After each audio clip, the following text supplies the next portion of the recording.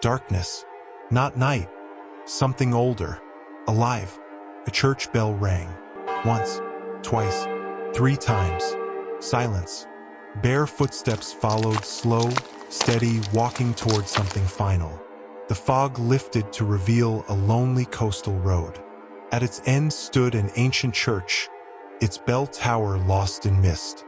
The air smelled of salt and decay. Lining the road were pairs of shoes. Men's, women's, children's, neatly placed, as if their owners had calmly removed them and walked on barefoot. No bodies, no struggle, no return, only waves crashing below, and a bell no one had heard in decades.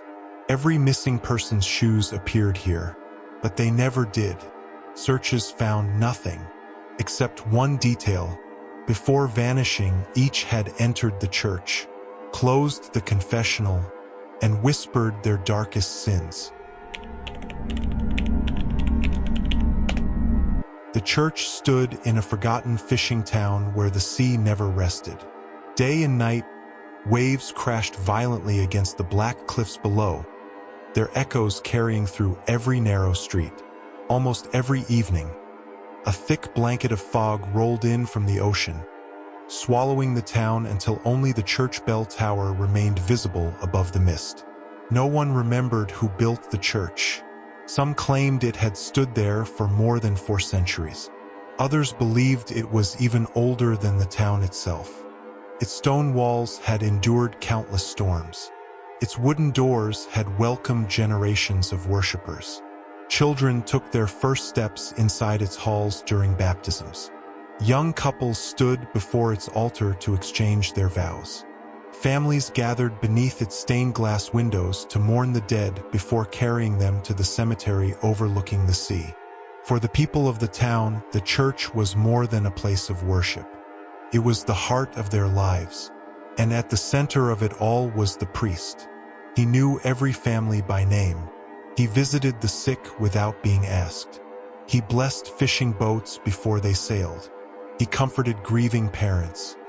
He welcomed strangers with the same warmth he showed lifelong members of the congregation. No matter how heavy someone's guilt felt, the priest always listened. Behind the carved wooden screen of the confessional, people poured out the secrets they had never dared tell another living soul. They always left believing they had been forgiven. No one ever questioned the kindness behind his gentle smile.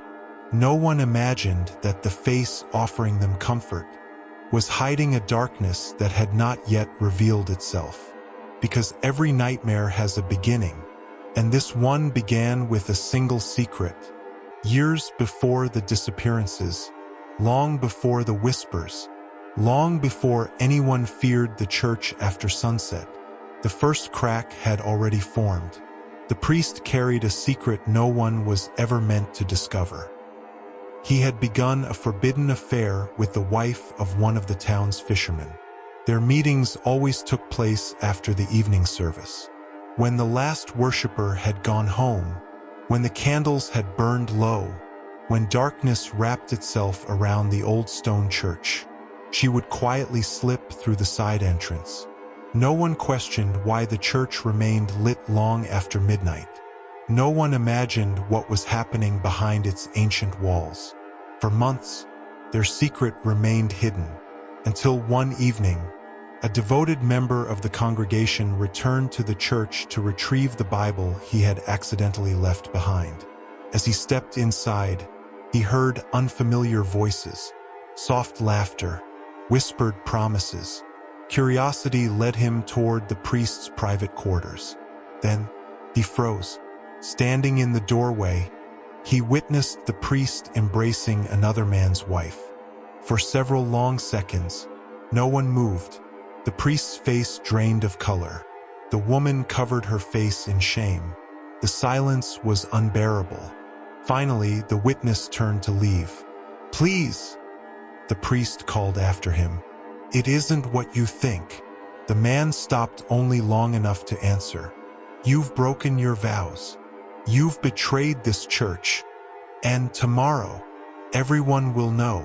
The priest hurried after him. He begged. He apologized. He promised it would never happen again. He even offered to leave the town forever if the man remained silent. But the witness could not be persuaded. Some sins, he believed, had to be exposed.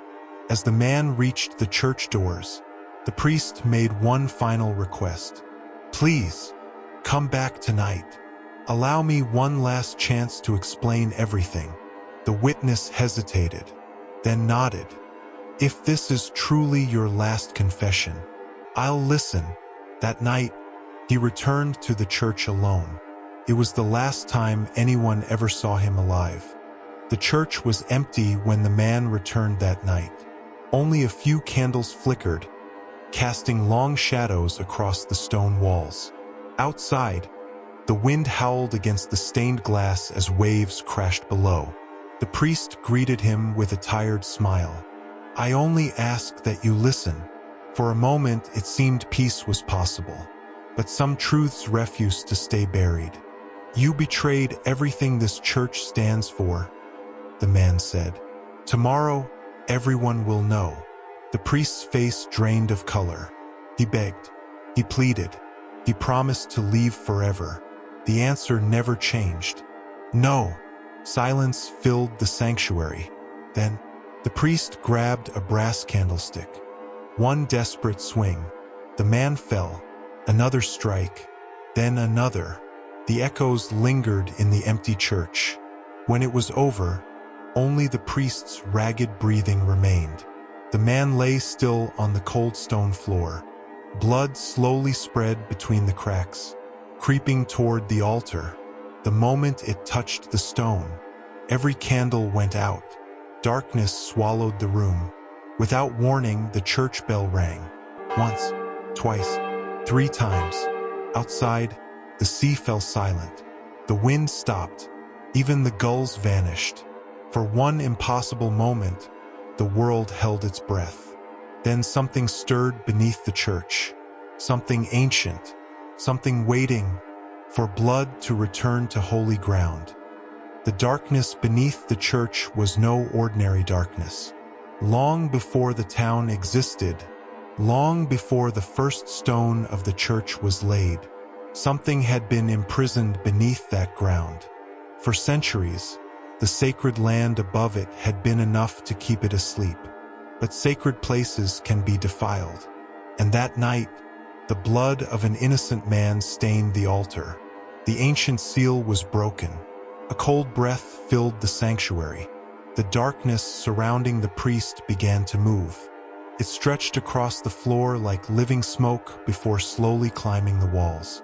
Whispers echoed through the church, not from outside, but from every corner of the sanctuary at once. The priest tried to pray. No words came. He tried to run. His body refused to move. Then the darkness reached him. It did not tear him apart. It did not leave a single wound. Instead, it entered him. The priest let out one final scream before suddenly falling silent. His body collapsed onto the blood-stained floor. Moments later, his eyes opened. Slowly, he stood. The fear was gone. The guilt was gone. Even the sorrow had disappeared. Only a quiet smile remained. By sunrise, everything appeared exactly as it always had. The priest greeted the townspeople at the church doors. He blessed children. He comforted the grieving. He welcomed strangers with gentle words. His voice was the same. His face was the same. Even his kindness seemed unchanged. No one realized the man standing behind the altar had died the night before. Only his body remained. The thing wearing his face was something far older, something far more patient. The demon was bound to the church. It could never cross the sacred boundary surrounding its prison. But it didn't need to. It had discovered something far more powerful than force. If it could not leave the church, it would simply make people come to it. The confessional became the demon's perfect trap. It no longer needed to deceive. It only needed people to speak. One by one, the townspeople entered the small wooden booth, believing they were confessing to a servant of God. Instead, they confessed to something that had never known mercy. Every whispered sin, every hidden regret, every secret they had buried for years, the demon listened without interruption. It learned what each person feared most. It learned what haunted their dreams. It learned the guilt they could never escape. And once it knew their deepest shame, it never let them forget it. Days later, strange things began happening throughout the town. People claimed they heard the church bell ringing long after midnight. Yet when they looked outside, the church stood silent. Others caught the faint smell of burning incense drifting through their homes, even though every window was closed. Some awoke with wet feet, as though they had spent the night walking along the shoreline. Others found traces of mud leading from their front door to their bed, but no footprints leading back. The priest always had the same answer: "Your soul is troubled. Pray harder." No one questioned him. Then came the first disappearance. A fisherman never returned home. The following week, a widow vanished without a trace. Then a young boy disappeared from his bedroom while his parents slept only a few feet away. The town searched everywhere. The sea, the cliffs, the forests. Nothing, because by then, the curse had already taken hold. Every night, as the clock struck midnight, those who had confessed their sins would quietly rise from their beds. Their eyes remained open, but empty. They never spoke. They never cried for help. They simply walked, barefoot, toward the old church by the sea. And no matter how desperately their families tried to stop them, no one could. Fear spread through the town faster than the tide. The disappearances were no longer dismissed as accidents. Too many people had vanished. Too many families were left waiting for loved ones who would never return. The townspeople stopped sleeping. Fathers stood watch outside their homes with lanterns and hunting rifles. Neighbors gathered in silence, determined to uncover whatever was stealing people in the middle of the night. Then, they finally saw it. Just after midnight, the church bell rang 3 slow times. Its sound drifted across the sleeping town. One by one, front doors opened. Men, women, even children stepped outside. None of them spoke. None of them looked around. Their eyes remained fixed on the road ahead, as though they were following someone only they could see. Their families screamed their names. Some tried to pull them back. Others blocked the road. It made no difference. The cursed walked forward without hesitation, their expressions completely empty. Then, just before reaching the church, every one of them stopped. Without a word, they slipped off their shoes. Each pair was placed neatly beside the road, heel to heel, toe to toe, perfectly arranged, as though preparing to enter a place where shoes were no longer needed. Then they continued barefoot through the thick fog. The ancient church doors creaked open on their own. No one stood there to welcome them. One by one, they disappeared into the darkness inside. The doors slowly closed behind them. The church bell rang once more. By the time the terrified townspeople reached the entrance, the church was empty. No voices, no footsteps, no hidden passage. No trace that anyone had ever entered at all. Only the rows of shoes remained outside, growing longer with each passing night. The town did not survive the curse. With each passing week, another family packed what little they owned and fled before nightfall. The fishermen abandoned their boats. The market closed its doors. Homes that had stood for generations were left empty, their windows boarded shut against a darkness that could never keep out. Those who refused to leave eventually disappeared. Within a few years, the once thriving coastal village had become a ghost town. The roads vanished beneath tangled weeds. The cemetery was reclaimed by wild grass. Salt and sea winds slowly reduced homes to crumbling ruins. Storm after storm battered the coastline, erasing nearly every trace that people had ever lived there. Maps stopped naming the village. Travelers passed the cliffs without realizing an entire town had once existed there. In time, only local legends remembered it. But there was one thing the sea could never wash away: the church. Its ancient stone walls remained untouched by time. The stained glass windows never shattered. Its bell still hung in the tower, waiting. The demon had never escaped. Couldn't. The holy ground that had once imprisoned it still held it captive. So it waited with endless patience. Years became decades. Decades became generations. The world forgot the town, but the church never forgot the world. Because sooner or later, someone always finds a forgotten road. Decades passed. The forgotten town faded into legend. Its name disappeared from maps. Its story survived only in old rumors shared by fishermen who refused to sail too close to those cliffs after sunset. Then one autumn afternoon, a traveler exploring the coastline noticed an overgrown road hidden beneath the trees. Curious, he followed it. Beyond the fog lay the ruins of an abandoned village. Collapsed homes, a crumbling harbor, a cemetery consumed by wild grass.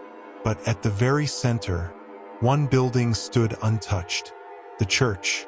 Its stone walls looked as though time itself had spared them. The wooden doors stood slightly open. Inside, candles burned with steady flames. Fresh flowers rested upon the altar. The air carried the faint scent of incense, and standing near the front pews was the priest. He welcomed the traveler with a warm smile, as though he had been expecting company. The traveler assumed someone had stayed behind to care for the old church. They spoke for hours, about life, about regret, about forgiveness.